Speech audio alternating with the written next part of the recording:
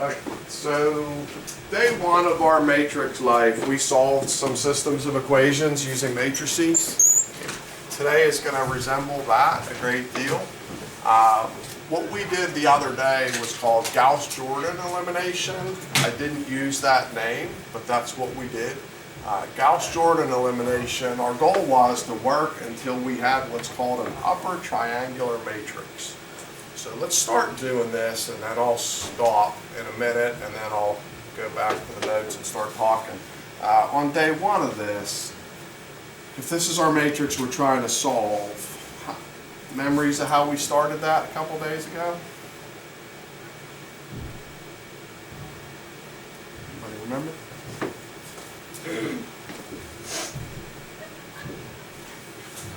Copy the top row. And then I have a goal that I'm trying to achieve. A certain number in a certain position.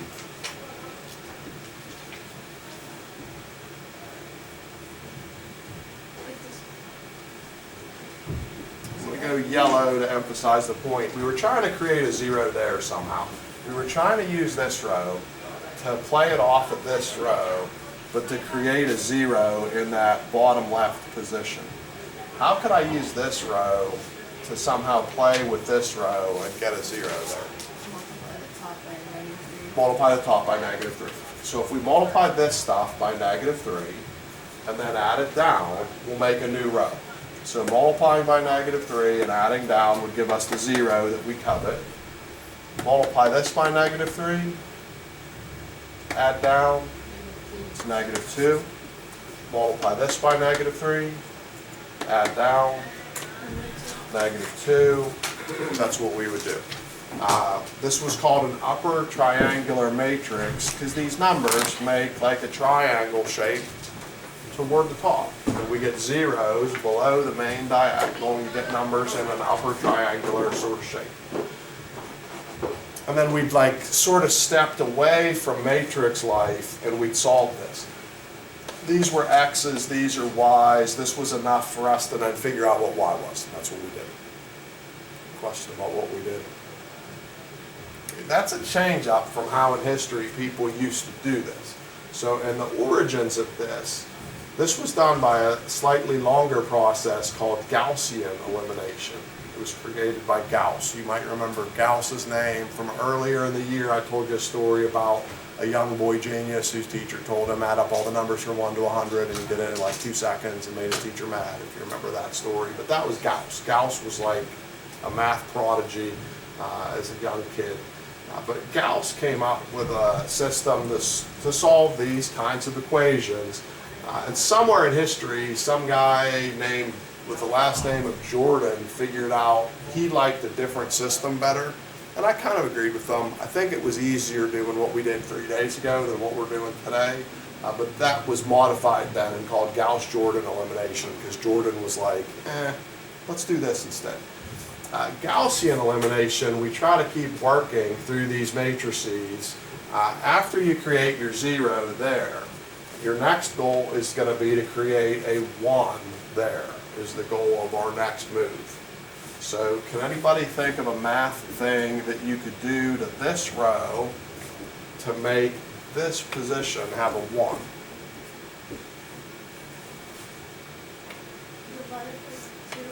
Divide all that stuff not just by 2, but by -2. So if we divide by -2, we'd still have the zero we wanted. We'd create the 1 that we want, and this would be a 1. That doesn't change the top row right now. But what we're going to do next is one more step and be done. The last goal is going to be to create a 0 in that position. Can anybody think of a way we could use this to create a 0 in that position?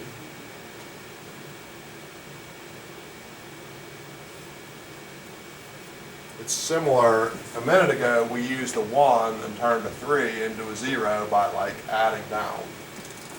We could take the 1 and make the 2 a 0 if we multiply by -2, and add up. So if you multiply this by -2 and add up, that would be 1. Multiply by -2 and add up, that's our 0. Multiply by -2 and add up, that's 3. Bottom row is this. What that tells you is the answer is 3, 1. There's no like step outside, right? Some of you guys were probably like writing some stuff with X's and Y's and doing stuff like that. There is no need to write anything with X's and Y's. We can read the answer right from here. It's 3, 1. Some people like that better. Some people like that worse. Gauss invented that, they named it after him. Jordan figured out at some point, once you got to here, there are ways with your mind or with your paper to just take a time out in matrix world and re-enter algebra world and get it figured out without these steps. And that's what he would rather do. I think that's what I'd rather do too. But there's a day coming up where there's like 2 problems where we have to be able to do this for another topic. So I do this today so that it opens the door to a couple problems that a couple days from now that you have to do by Gaussian elimination. Question about what happened there? Okay, so to summarize, what I made in yellow is the goal. Your first goal is going to be a 0 in the bottom corner. Your next goal is going to be a 1 in the bottom right corner. Your next goal is going to be a 0 in the top corner. Your ultimate goal is to get what I called the identity matrix yesterday. The identity matrix means 1's on the main diagonal, 0's everywhere else. That's where we're trying to work. Success, good. Question about 2 by 2? I can make up another 2 by 2 and we could do it again. Does anybody want me to make up another 2 by 2 and do it again? Do you have the 2 by 2? You tell me. 2 by 2 replay or 2 by 2, we're okay. I need to turn the camera to do a 3 by 3 because we can't fit that one. So 3 by 3, it's a similar process. It's just going to be a little bit longer because there's more stuff there.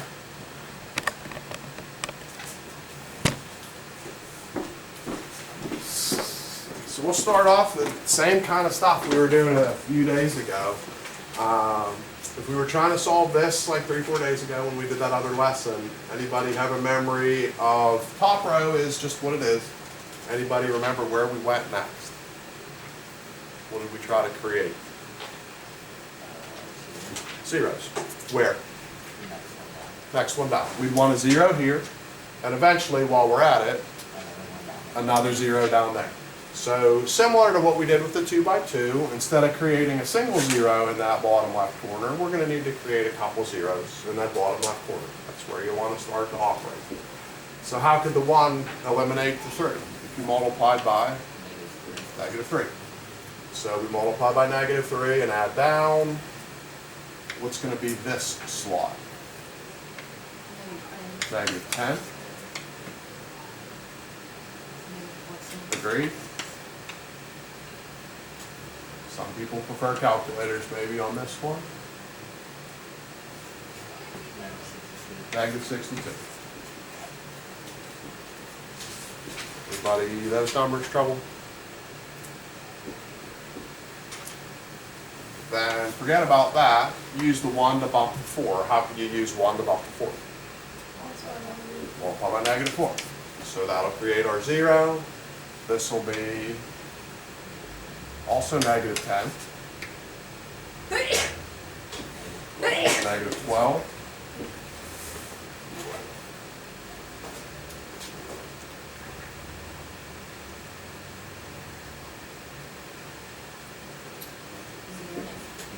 -56.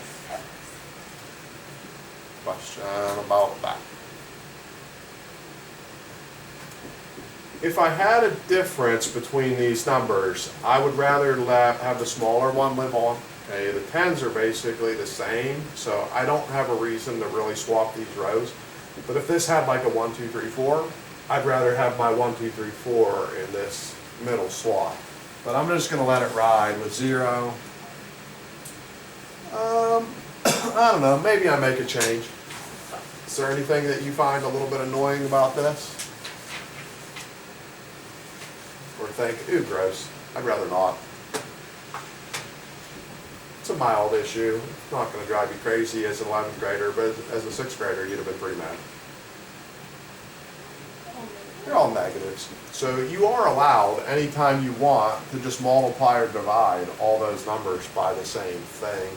So maybe you'd rather just go with 10, 14, and 62. Not a big deal. But maybe you want to make that change, maybe you don't. I'm just throwing that out there. Another thing you could do, what's another thing you could do with all of those numbers to make it a little bit simpler? Yeah, what's in common to all of these? Could divide them all by 2s if you wanted to. There'd be nothing wrong with that. I'm not going to do that because I already wrote the other ones, but that wouldn't be a bad idea. But what we're trying to create most primarily on the next round is a 0 in this squat. We'd like to use this number to bump off this number. So if we want to use this number to bump off this number, we need to switch one of the signs and add them together. It doesn't matter which one, just be consistent. So just for the sake of making a choice, I'll say I'm going to switch the signs on this row and then just add it to the other row. So if we switch sign and add, we've got a 0. Switch sign and add, we get a 2. Switch sign and add, we get a 6. And if the direction said solve this by Gauss-Jordan, we're done. Okay, we have ourselves that triangle shape. There's enough information here, we could jump off the boat and go get Z. And once you got Z, this could get you Y. And once you had Z and Y, that could get you X. And that's what this Jordan guy liked to do. He liked to get his triangle shape and just get out. Gaussian elimination, we're going to just fight this to the finish line. Question about getting to there, that's basically like a reteach of day 1, getting to that point. Anybody need a remove on that? What we're going to do now is the same thing we did a minute ago. The camera can't follow me because I'm off screen. But what we did after we got the triangle shape last time is we got ourselves a 1 in the corner, and then we worked our way back up and tried to create some zeros. So what we want to do next is make a 1 happen here, and then we'll try to 0 our way back up. Very similar to how we zeroed our way down, we're going to try to 0 our way back up. So how could you make a 1 in that position? Yeah, divide by 2 on that bottom row, and we'd have 0, 0, 1, 3. I'll just copy this other stuff for now because it's there.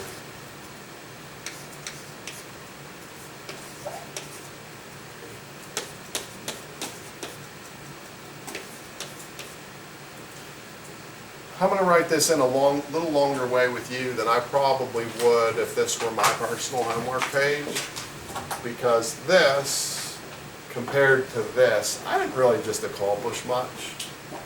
I think if this is my homework page, I probably just erase the 2 and the 6 and fill in a 1 and a 3. Like, I don't know that it was worth recopying 90% of the matrix just to do that division. But just to help you with my yellow chalk to understand what the ordering is, you know, the 2 zeros there are happening, then the 0 there, then the 1 here. Then where do you think I was working from here, from what I said a minute ago? Yeah, 0 our way back up. So our next goal is get a couple zeros there. This bottom row is set.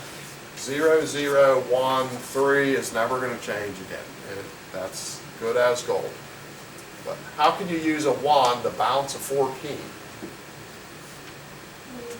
Multiply by negative 14. A few minutes ago, we chose not to divide all of that stuff by 2. If we had, maybe that would be now a little easier math to do with smaller numbers, but I don't know that it matters. But if you multiply zeros and add them up, those aren't going to change anything. Multiplying here by negative 14 is going to make the 0 we're insisting on anyway. Mind your calculator and multiply negative 14 and add it up. 20. How could a 1 kill a 5? Negative 5. These zeros are not going to do anything to anybody. 1, 4, those are just stuck. This will make the 0 that we expected. Multiply those and add it up. It is not. Something about that. How did you get the 9? We're multiplying this row by negative 5, hunting that 5. So if we do this times negative 5 is negative 15, add it up, there's a 9. So when did you switch from the negative 14 to the negative 5? So after I had completed this row. Okay. So 1's hunting 14 by using a negative 14. So 0 times stuff is dumb, so that stayed 0. 0 times stuff is dumb, so that stayed a 10. 1 times this is eliminating that to be a 0. 3 times this is negative 42, added to that was 20. As soon as I settled that 20 down, that's out. And then we're using 1 to hunt a 5. For 1 to hunt a 5, we're using negative 5. Zeros are still pointless. They're not going to change 1 and 4. But we'll hunt that 0, and the 9's going to come with that. Does that make sense? Something there. Our long-term goal, and I think I'm going to go off camera when I do this, because I don't know if I have horizontal room, so when you turn again,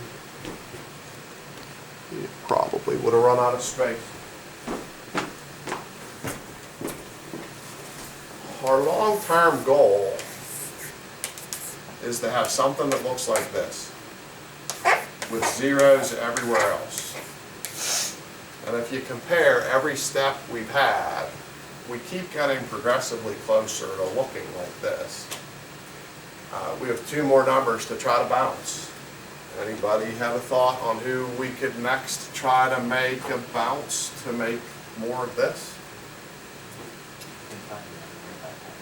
Yeah, I would divide the middle row by 10. I'd say our next objective is going to be get that 1 in the middle. So we've got a 0, 1, 0, with this being 2. The bottom row satisfied us earlier. The top row can just wait a second. And the only thing we're left with is trying to 0 that thing. Anybody have a thought on how we could use this world to 0 that last square that we're supposed to 0?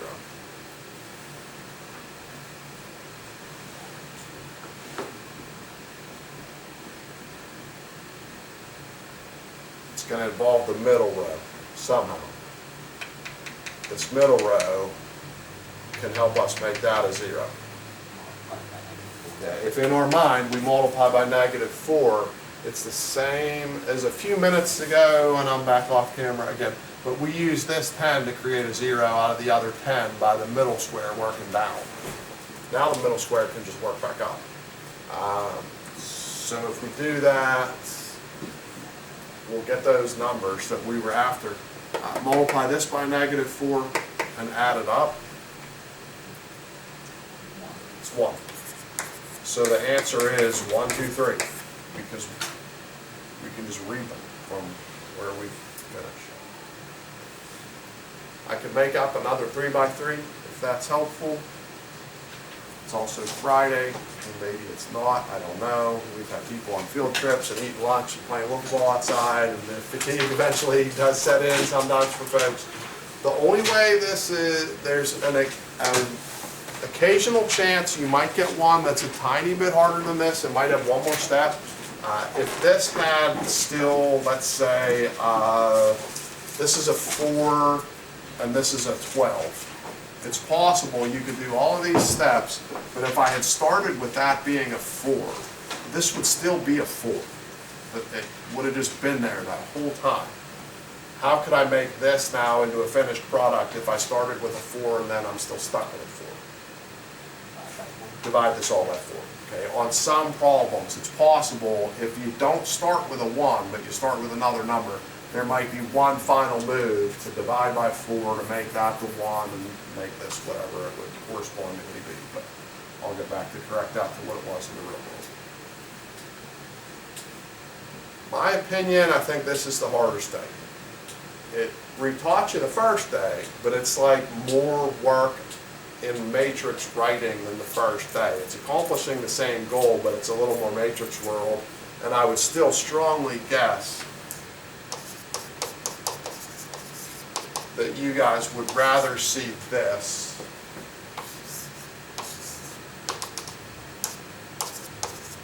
than see that. It means the same thing, but I would feel like this is more familiar to you, so you'd probably rather see this than this. Today, unfortunately, that never gets to appear. You just have to live in matrix time. So, but it is similar to what we were doing. It's just a little more life in matrix land. Question, anything on that? Jot this down then.